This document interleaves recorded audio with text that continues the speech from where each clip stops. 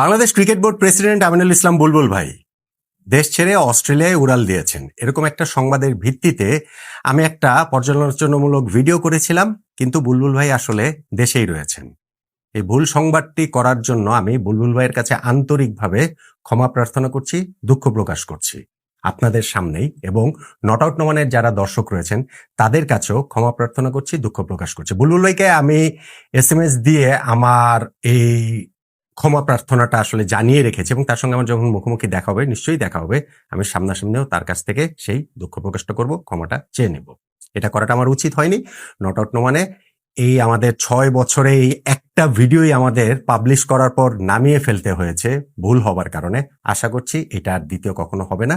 আমি আমার নিজের জায়গা থেকে আরো অনেক বেশি সতর্ক থাকবো। এইটা এই ভিডিওর আলোচনা না, কিন্তু আমি শুরুতেই এটা বলে নিলাম, যেহেতু এইটাই টক অফ দ্য টাউন এবং এরকম একটা গ্রস মিস্টেক করেছি। আলোচনার এই ভিডিওর যে বিষয়বস্তু সেটা হচ্ছে গিয়ে, পাকিস্তান কি বাংলাদেশের সমর্থনে টি-20 বিশ্বকাপ থেকে নাম প্রত্যাহার করে নিচ্ছে কিনা। বাংলাদেশের তো টি-20 বিশ্বকাপ শেষ, আমাদের তো সেই সম্ভাবনার জায়গাটা পুরোপুরি শেষ হয়ে গেছে, আমাদের বদলে স্কটল্যান্ডকে নিয়ে নিয়েছে। এখন লাফালাফি যত কিছু পাকিস্তানকে ঘিরে। পাকিস্তান এই টি-20 বিশ্বকাপে ধরেন ফাইনালে গিয়ে তারা খেললোই না, তাতেও যে বাংলাদেশের লাভ আছে বিষয়টা কিন্তু তা নয়। কিন্তু স্টিল আমাদের এই দাবিটা যে যৌক্তিক, সেইটা অনেকের কাছে আরো অনেক জাস্টিফাইড হয়ে দেখা দিতে পারে, সেই জন্যই এই আলোচনার জায়গাটা রয়েছে। আমি অনেকগুলো আলোচনা এই নিয়ে করেছি, এবং সেইখানটাতে আমার সবসময় মনে হয়েছে পাকিস্তান ওয়ার্ল্ড কাপ খেলবে, পাকিস্তান টি-20 বিশ্বকাপ বর্জনের ঘোষণা পর্যন্ত দিতে পারে, কিন্তু ফাইনালে গিয়ে তারা ওয়ার্ল্ড কাপ খেলবে বলেই আমার কাছে মনে হয়। তাদের হিস্ট্রি, অতীত, রেকর্ড সেইটাই বলে। আজকে একটা সিগনিফিকেন্ট যে আপডেটটা রয়েছে, পাকিস্তান ক্রিকেট বোর্ডের প্রেসিডেন্ট মহসিন নাকভি কয়েকদিন আগে যে বলেছিলেন তাদের দেশের প্রধানমন্ত্রী তিনি যখন দেশে ফিরবেন ফাইনাল কলটা দিবেন। আজকে সেই প্রধানমন্ত্রীর সঙ্গে পিসিবির চেয়ারম্যানের বৈঠক হয়েছে। এই পিসিবির চেয়ারম্যান আবার সেই দেশের স্বরাষ্ট্রমন্ত্রীও বটে, এবং সেই বৈঠকের পরে জানানো হয়েছে বিশ্বকাপে পাকিস্তানের খেলা না খেলার বিষয়ে চূড়ান্ত সিদ্ধান্ত হবে আগামী শুক্রবার অথবা সোমবার, অর্থাৎ জানুয়ারি 30 তারিখ অথবা ফেব্রুয়ারি মাসের 2 তারিখ। ফেব্রুয়ারির 7 তারিখ থেকে বিশ্বকাপ শুরু হচ্ছে। প্রথম ম্যাচটাই পাকিস্তান খেলছে নেদারল্যান্ডসের সঙ্গে। ফলে এই 30 তারিখ বা 2 তারিখ পর্যন্ত যে সিদ্ধান্তটা পাকিস্তান পিছিয়ে নিল, তারা কি বয়কটের দিকে যাচ্ছে কিনা।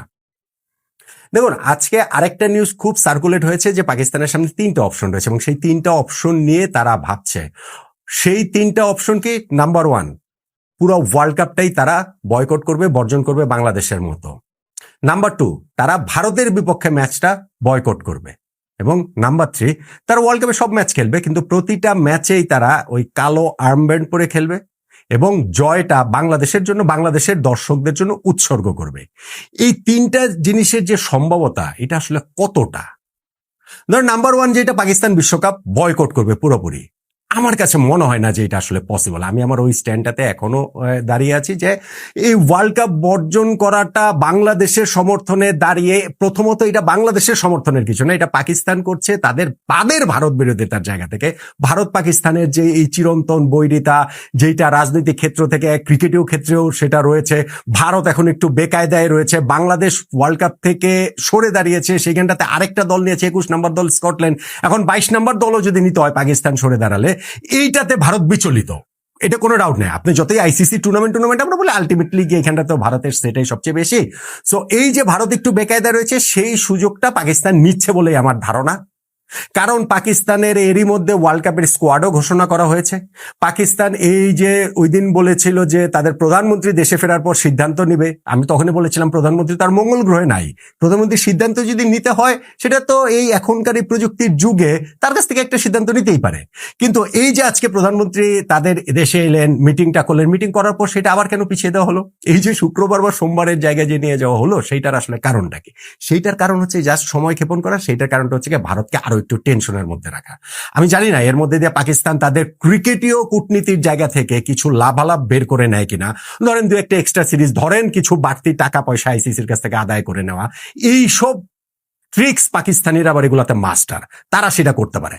বাংলাদেশের জন্য পাকিস্তান কিচ্ছু করছে না, যা করছে তারা নিজেদের জন্য করছে এবং ভারতকে আরো একটু চাপে ফেলার জন্য করছে। সো আমার এই যে প্রথম যে সম্ভাবনা পুরা ওয়ার্ল্ড কাপটা তারা বয়কট করতে পারে, সেটা করলে তারা আগেই করতে পারতো, যে কোনো সময় করতে পারতো। এই বারবার যে সময় নিয়েছে, আমার কাছে মনে হচ্ছে না তারা ওয়ার্ল্ড কাপটা বয়কট করবে। নাম্বার 2 যে আলোচনাটা যে ভারতের বিপক্ষে ম্যাচটা তারা বয়কট করবে, এইটা অ্যাবসার্ড। এইটা একেবারে 0% চান্স। ধরেন ওয়ার্ল্ড কাপ পাকিস্তান বয়কট করতে পারে, সেই চান্স যদি 2% হয়, ভারতের বিপক্ষে ম্যাচ বয়কট করবে ওয়ার্ল্ড কাপে গেলে সেই চান্স আসলে 0%। কেননা এই ইন্ডিয়া পাকিস্তান ম্যাচের আমরা যে হিসাব জানি যে এইটাকে ঘিরেই ওই মানি জেনারেট হয়, টাকা পয়সার একটা বড় অংশ আসে, এইখানটাতেই পাকিস্তান ভারতকে ধাক্কা দিতে পারে, সেই ধাক্কাটা নিজেদের গায়েও লাগবে। বাংলাদেশেরই যদি এই ওয়ার্ল্ড কাপ না খেলার সূত্রে মোরলেস 500 কোটি টাকা লস হয়, পাকিস্তান ক্রিকেটের হিসাব করলে সেটা 800 কোটি 1000 কোটি টাকা বাংলাদেশি মুদ্রায় হয়ে যাওয়াটাও অসম্ভব না। ফলে তারা ওয়ার্ল্ড কাপ খেলবে, কিন্তু ভারতের বিপক্ষে ম্যাচটা তারা বয়কট করবে, ঘোষণা তারা দিতে পারে। ঘোষণা দেওয়া নিয়ে আমার কোনো আপত্তি নেই, কিন্তু ফাইনালি নিয়ে তারা অবশ্যই ভারতের বিপক্ষে ম্যাচ খেলবে বলে মনে হয়। আর নাম্বার 3 যেটা, সেটা হচ্ছে গিয়ে যে পাকিস্তান তাদের ওয়ার্ল্ড কাপের সব ম্যাচ কালো আর্মব্যান্ড পরে খেলবে আর বাংলাদেশের দর্শকদের উৎসর্গ করবে, 0%। এটারও কোনো চান্স নেই। কেন করবে?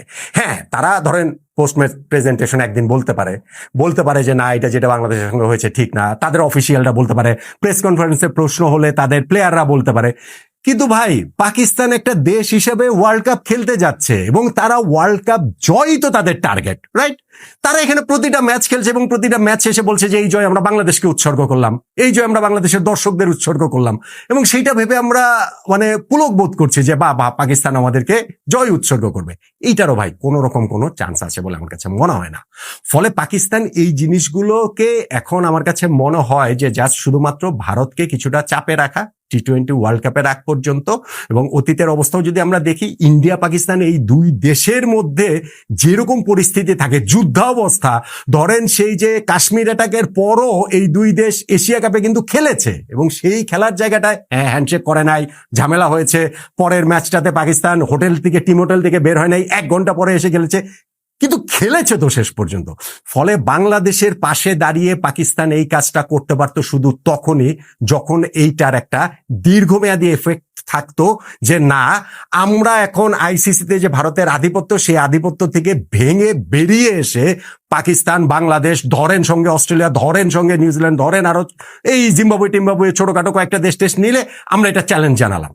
পাকিস্তান তো সেটা পারছে না, পাকিস্তান সেটা পারবে না। এই আইসিসির ভোটাভুটিতেই তো বাংলাদেশের ফরে ভোট পড়েছে মাত্র একটা, পাকিস্তানের, বাকি 14টা ভোটই বিপক্ষে পড়েছে। পাকিস্তান এটা কেন করবে? বাংলাদেশের প্রতি তাদের কোন মমত্ববোধের জায়গাটা থেকে, ক্রিকেটেও মমত্ববোধে আমি বলছি, কেন তারা করবে? ফলে আমার কাছে মনে হচ্ছে যে এই পুরো জিনিসটা যা শুধু সময় ক্ষেপণ করা হচ্ছে, যা শুধু নাটক করা হচ্ছে। পাকিস্তান এখানটাতে অবশ্যই তাদের ক্রিকেটেও কিছু লাভালাভের হিসাবটা করছে। আলটিমেটলি গিয়ে পাকিস্তান এই T20 বিশ্বকাপ খেলবে বলেই আমার আন্ডারস্ট্যান্ডিং। এবং আজকে তাদের এই পিসিবি চেয়ারম্যানের সঙ্গে পাকিস্তানের প্রাইম মিনিস্টারের মিটিং এর পর যখন তারা সিদ্ধান্তটা শুক্রবার বা সোমবার পর্যন্ত ঝুলিয়ে রেখেছে, তখন আমার কাছে মনে হচ্ছে যে এই ঝুলিয়ে রাখাটাই হচ্ছে গিয়ে তাদের উদ্দেশ্য, ভারতকে কনস্ট্যান্ট একটা চাপে রাখাটাই পাকিস্তানের উদ্দেশ্য। বাংলাদেশের পাশে দাঁড়ানো তাদের উদ্দেশ্য বিদেহ কোনো জায়গাটাতেই আসলে আছে বলে আমার মনে হয় না।